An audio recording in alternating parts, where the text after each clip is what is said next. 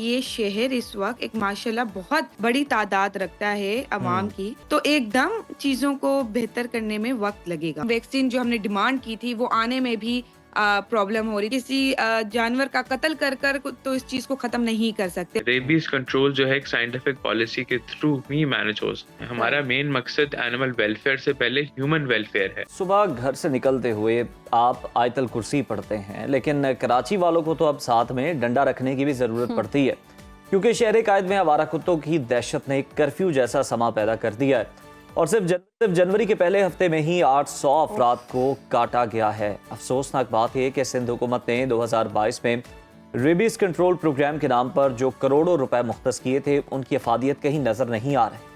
और दूसरी तरफ लाहौर हाई कोर्ट ने कुत्तों को फायरिंग और जहर देकर मारने के खिलाफ दरख्वास्त पर पंजाब हुकूमत और मुतालिका इदारों से जवाब तलब कर लिया है। दरख्वास्त गुजार के मुताबिक रिहायशी इलाकों में फायरिंग और जहरीली अशिया का इस्तेमाल ख़तरे से खाली नहीं। और आज इसी खुसूसी सेगमेंट में हम इस मौजू पर बात करेंगे।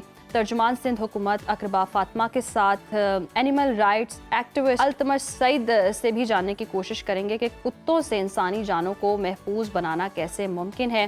तो दोनों मेहमानों को सुनो पाकिस्तान में वेलकम कहते हैं। सबसे पहले सैयदा अकरबा फातिमा साहिबा, आपकी जानिब आऊँगी। जनवरी के पहले एक हफ्ते में 800 से ज़ायद कुत्ते के काटने के वाक़यात हुए हैं। क्या ये इंतज़ामिया की मुजरिमाना गफलत नहीं? बिस्मिल्लाहिर्रहमानिर्रहीम। Thank you for having me on your show. देखिए, सबसे पहले तो एक बात समझने की ये है कि ये मसला एक दिन का नहीं है और ना ये मसला एक दिन में पैदा हुआ है। तो जो मसला एक दिन में पैदा नहीं हुआ, अगर हम ये समझते हैं कि वो एक दिन में हल कर दिया जाए तो ये थोड़ा मुश्किल होगा। अगर देखिए, कुत्तों का बढ़ना सबसे पहले ये इसको रोकना है। बिल्कुल जो आपकी इसमें अभी बताया गया कि 800, तो वो जो 800 केसेस थे, हर हॉस्पिटल्स में उसकी वैक्सीन्स मौजूद हैं। और मैं आपको एक और बात बताऊं कि सीएम साहब ने रिसेंटली इसके ऊपर एक मीटिंग कॉल की काबीना की, जिसमें मेयर साहब को भी तलब किया गया, हेल्थ मिनिस्टर साहिबा को भी तलब किया गया, और जो जिस प्रोग्राम का आपने जिक्र किया उस प्रोग्राम के ऊपर उसी प्रोग्राम के टारगेट के ऊपर फॉलो अप लिया गया और काफी हद तक सिंध हुकूमत और केएमसी मिलकर उस टारगेट को अचीव कर चुके हैं। लेकिन वही बात है कि ये शहर इस वक्त एक माशाल्लाह बहुत बड़ी तादाद रखता है अवाम की, तो एकदम चीजों को बेहतर करने में वक्त लगेगा और ये एक बहुत बड़ा मसला है। लेकिन इसी के साथ साथ सिंध हुकूमत हो, केएमसी हो, हम बिल्कुल भी इस चीज के हक में नहीं है कि जानवर को, जो बेजुबान जानवर है, उसको कोई फायरिंग करके मारा जाए या उसको जो है किसी इस तरीके से, वैक्सीन एक इसका हल है और उसी के तरीके से ही इसको खत्म किया जाएगा। और हम अपने टारगेट पर खड़े हुए हैं और इंशाल्लाह ताला बहुत जल्द आप देखेंगे कि इस मसले का हल होगा। अच्छा, वैसे ये भी बता दें कि आपका टारगेट क्या है और आप जो कह रही हैं कि हमने टारगेट अचीव किया है, वो क्या है?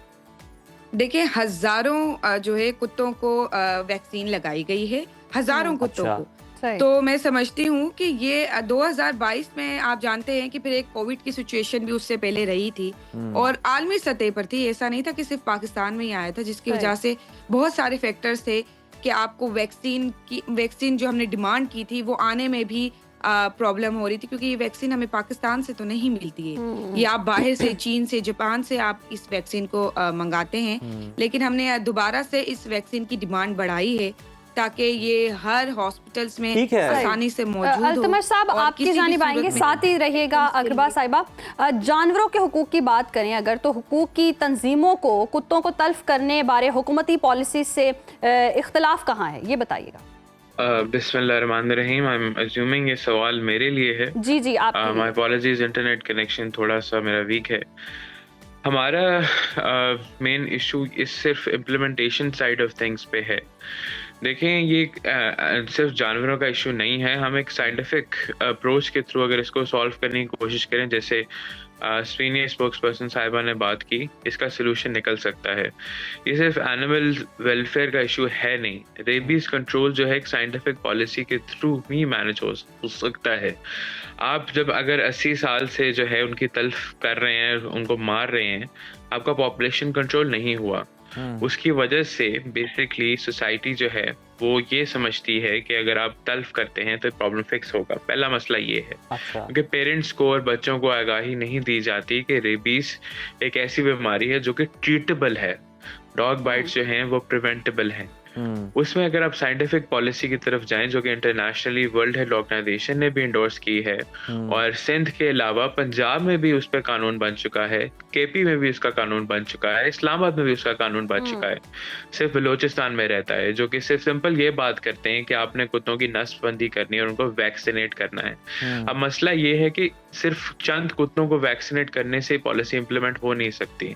आपको एटलीस्ट एक एरिया में 70% कुत्तों को वैक्सीनेट करना पड़ेगा। अगर आप इससे कम करेंगे ओवर पॉपुलेशन की वजह से, क्योंकि जिप कोड्स हैं, हमारी डिस्ट्रिक्ट्स हैं, हमारी लाइंस हैं, कुत्ते ट्रैवल करते हैं, उनको आप रोक नहीं सकते। अगर आपके पास बाउंड्रीज हैं, वेल एंड गुड, वो नॉर्मली नहीं होती, जिसकी वजह से काफी ट्रांसपोर्टेशन ट्रैवलिंग होती है और डिजीज कैरिंग भी होती है। साथ ही साथ जो हमारा दूसरा इशू ये है कि रेबीज अगर किसी को होता है, इसमें मिस इन्फॉर्मेशन बहुत स्प्रेड की जाती है कि ये क्योरेबल नहीं है, ट्रीटेबल नहीं है। इसमें अगर आप वैक्सीन की जो डोजेज है लोगों को दें, उनकी जानें बच सकती हैं। हमारा मेन मकसद एनिमल वेलफेयर से पहले ह्यूमन वेलफेयर है। Exactly. अगर आप गोलियों का इस्तेमाल करते हैं, बच्चों को रिस्क है उसमें। साथ ही साथ अगर किसी को रेबीज या इस तरह का इशू होता है, मेडिकल साइड ऑफ थिंग्स पे ये 100% ट्रीटेबल है। ये हमारा मेन इशू है। और साथ बिल्कुल ही अगर ये आप इन दोनों ट्रीटेबल चीजों को है, साथ लेकिन आप वो अंदाजा भी तो लगाइए, हमने कुछ ऐसे वाकयात भी देखे हैं कि ग्रुप की सूरत में कुत्तों ने बच्चों को भंबोर डाला और फिर उसके अलावा एक जो खौफ है सारी जिंदगी वो उनके ज़हनों पर रह जाता है, फिर वो काटने की जो तकलीफ है, इन चीज़ों का भी क्या हाल है? जान बचाने के लिए तो चले वैक्सीन मौजूद है, वो तो मंगवाई भी जा रही। तो सर उनको तल्फ करने का पॉइंट ठीक है, पर लेकिन मसला ये कि आप उसके पीछे सारों को तल्फ करना तो निहायती साइंटिफिकली पॉसिबल नहीं है, और साइंटिफिकली उसमें कोई वैल्यू नहीं है। आप पैसे जाया कर रहे हैं क्योंकि आपने रेबीज तो ट्रीट किया नहीं, ना डॉग बाइट्स ट्रीट की। आपने वो अगले 5-6-7 महीने बाद आपने फिर वही चीज करनी है। कोई ऐसी पॉलिसी जो कि आ चुकी है, उसको अगर आप प्रॉपर्ली इम्प्लीमेंट करें। पॉलिसी की बात कर रहे हैं और पॉलिसी आ भी चुकी है, पॉलिसी इम्प्लीमेंट नहीं हो रही है, इस पर बात कर लेते हैं। अकरबा साहिबा बिल्कुल दुरुस्त फरमा रही हैं आपके जी, साइंटिफिकली जैसे अल्तमिश ने भी कहा कि इस तरह से हो नहीं सकता, लेकिन हैरान कुन बात ये है कि हम काटने के वाकयात रोकने की बजाय हम ये बात कर रहे हैं कि वैक्सीन लगनी चाहिए। काटे ही क्यों कुत्ता, पहले तो सवाल ये पैदा होता है।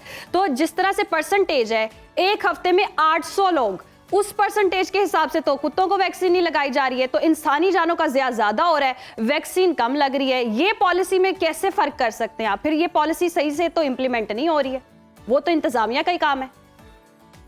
मुझे देखिए, थोड़ा सा मैं समझती हूँ कि हमें ये जो मिस इन्फॉर्मेशन है इसमें उसको जो क्लियर करने की जरूरत है। जी।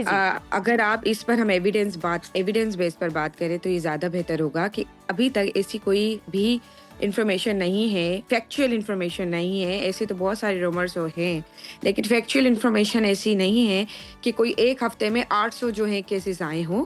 ये मैं आपको यहाँ बैठकर मौजूदगी से बता सकती हूँ कि वैक्सीन और जो न्यूट्रिंग उनको किया जा रहा है, इन दोनों पर भरपूर तरीके से काम हो रहा है। और ये देखें, ये भी मैं समझती हूँ अब होना शुरू हुआ है, एक नया तरीके से हो रहा है कि कोर्ट्स, इसमें हॉस्पिटल्स में केसेस जो हैं रिपोर्ट हो रहे हैं। पहले तो केसेस भी रिपोर्ट नहीं होते थे। केसेस रिपोर्ट जो हो रहे हैं उसका यही मेन हदफ है कि लोगों में अवेयरनेस आ रही है कि देयर इज अ वैक्सीन जो इसको न्यूट्रलाइज कर सकती है, जो जिसके पास इस चीज़ का सॉल्यूशन है, जो इस चीज़ को ख़त्म कर सकती है। और खुद मुतल्लिका इदारों से, चाहे वो KMC की सूरत में हो, चाहे वो सिंध गवर्नमेंट की सूरत में हो या टाउन्स की सूरत में हो, खुद जो है लोग हमसे राब्ता भी करते हैं। अकरबा साहिबा, फिर आप बता दें, वैसे तो ये जितने भी लोग रिपोर्ट करते हैं, हॉस्पिटल्स में जाते हैं, उसकी बुनियाद पर ये डेटा जो है वो हासिल करके पब्लिश किया जाता है जिम्मेदार इदारों की जानिब से, मीडिया हाउसेस की जानिब से। आप बता दें, अगर आप इससे एग्री नहीं करती तो फिर कितनी तादाद है अगर 800 नहीं है? देखिए, मैं इस वक्त ये नहीं बता सकती कि कोई भी रिसर्च हमारे पास इस तरह का नहीं आया है जिसमें ये बताया जाए। अलबत्ता सालों का डेटा जरूर आता है कि इस साल इतने केसेस दर्ज हुए, लेकिन महीने का डेटा मुझे नहीं लगता कि आप भी अगर मेरी इस चीज पर वो करेंगे, नॉलेज में इजाफा, कि आपके पास ये इन्फॉर्मेशन आई है, ताकि जो है मैं भी इस पर हम करें, क्योंकि अभी अकरबा साहिबा, आप हमें ये इस चीज की इन्फॉर्मेशन दे दें, जैसे आपने कहा कि कुत्तों को वैक्सीन लगाई जा रही है, तो कितने % कुत्तों को वैक्सीन लगाई गई है? थाउजेंड्स, क्योंकि कराची की जो हुजूम है वो तो करोड़ों का हुजूम है और उसको तो मैं समझती हूँ अब तो वो दिन ब दिन बढ़ता जा रहा है। तो उस हुजूम के बराबर अगर मैं कहूँ कि 10,000 या 20,000 कुत्तों को वैक्सीन करवाइए तो ये भी कम है। उस पे भी बेहतरी लाई जा रही है और सिर्फ ये कोई अकेला इदारा नहीं कर रहा है, इसमें हेल्थ मिनिस्ट्री इन्वॉल्व है, इसमें सिंध गवर्नमेंट के दीगर इदारे मौजूद हैं, इस पर मेयर कराची खुद इन्वॉल्व हैं और इसमें हमारे साथ दीगर एनजीओज इन्वॉल्व हैं। तो ये सिर्फ कोई एक जो है आदमी का काम नहीं है, ये पूरा ही, क्योंकि देखें ना हम यहाँ पर कोई जहर देकर या कोई फायरिंग कर कर या कोई किसी जानवर का कत्ल कर कर तो इस चीज को खत्म नहीं कर सकते और उस चीज के बिल्कुल नहीं खत्म कर सकते। लेकिन आपके पास देखें वो जो गाड़ियां हैं जिस पे अमले ने जाना है उसकी भी कमी है, गाड़ियों की भी कमी है, अमले की भी कमी है, वो भी रिपोर्ट सब सामने है। तो ये सारी चीजें जो हैं, ये सारे फैक्टर्स अगर होंगे तभी इन पर काबू पाया जा सकता है, इस तरह के वाकयात से बचा जा सकता है। अल्तमश आपकी तरफ आऊंगा, आप जरा हमें ये बताइएगा कि पाकिस्तान जैसे मुल्क में अवाम को किस तरह से कुत्तों के काटने से महफूज बनाया जा सकता है? कौन सा मॉडल्स है जो कि गवर्नमेंट्स को, कौन सी पॉलिसी है जिस पर अमल दरामद करना चाहिए, अमल पैरा होना चाहिए? सर इसमें जो मेन चीज़ आपकी एजुकेशन है, ये बड़ा बेसिक है, इसमें पॉलिसी लेवल आपको सोल्यूशन लाने की भी ज़रूरत नहीं है। पेरेंट्स की आगाही सबसे इसमें इंपॉर्टेंट है। अगर आप स्कूल लेवल पे एक छोटा सा सेशन रख रहे हैं अबाउट द ट्रीटेबिलिटी ऑफ रेबीज, काफ़ी बच्चों की जानें तो 100% बच जाएंगी क्योंकि रेबीज ट्रीट हो सकता है। सेकेंडली जो डॉग बाइट्स का इशू है, जिसमें इसमें मेडिकल जो है सपोर्ट आपका मेडिकल डिपार्टमेंट्स को नॉर्मली वो ये देखते हैं, वो जाके देखें कि इस कुत्ते को रेबीज है या नहीं, वो आइडेंटिफाई हो जाता है, उसको आप यूथनाइज कर सकते हैं। वो पॉलिसी में लिखा है। हमने कभी ये नहीं कहा as an animal welfare activist कि आप डेंजरस डॉग्स को या इनक्योरेबल डॉग को पुट डाउन नहीं कर सकते। इशू ये होता है कि बिकॉज मेडिकल जो है वेटरनेरियन इन्वॉल्व नहीं होता, एक आम आदमी जिसको कोई नॉलेज ही नहीं है वो जाके सारे कुत्तों को मार देता है। अब उसमें इशू सर ये आता है कि जब आप एक एरिया से कुत्तों की पॉपुलेशन खत्म कर देते हैं, वहां पे धड़ाधड़ और जानवर आते हैं। अगर आप इंसानों की पॉपुलेशन एक कराची से कम कर देंगे, सबसे ज्यादा माइग्रेशन उधर होगी। ये साइंटिफिक इसको चीज कहते हैं बायोलॉजिकल इक्विलिब्रियम। इन चीजों को साथ रखते हुए firstly making a veterinary board जिसको एक्चुअली पता है कि डेंजरस या इनक्योरेबल एनिमल कौन सा है जिसको यूथनाइज करना है, जो उसको डिसाइड कर सके, उसको बनाने की जरूरत है। दूसरी ये है कि स्कूल लेवल पे एजुकेशन की जरूरत है कि रेबीज इज वेरी ट्रीटेबल और पेरेंट्स के लिए अवेयरनेस की जरूरत है। बहुत शुक्रिया अल्तमश आपके वक्त का, और अकरबा साहिबा भी हमारे साथ मौजूद, दोनों के वक्त का शुक्रिया।